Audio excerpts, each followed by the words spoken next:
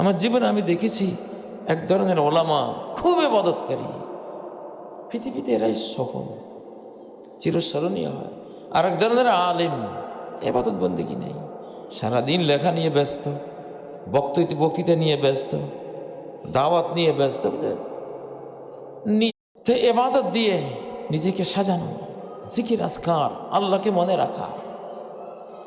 ইবনে আদম ইজামা যাকারতানি শাকারতানি, আল্লাহ বলেন, হে আদমের ছেলে মেয়েরা, যতক্ষণ আমাকে মনে রাখবা, জিকির করবা। জিকির মানে মনে রাখা। মনে রাখার অর্থই তো হলো, সুন্দর কথা যে হাতে করবে হাতের কাম, মুখে নিবে আল্লাহর নাম।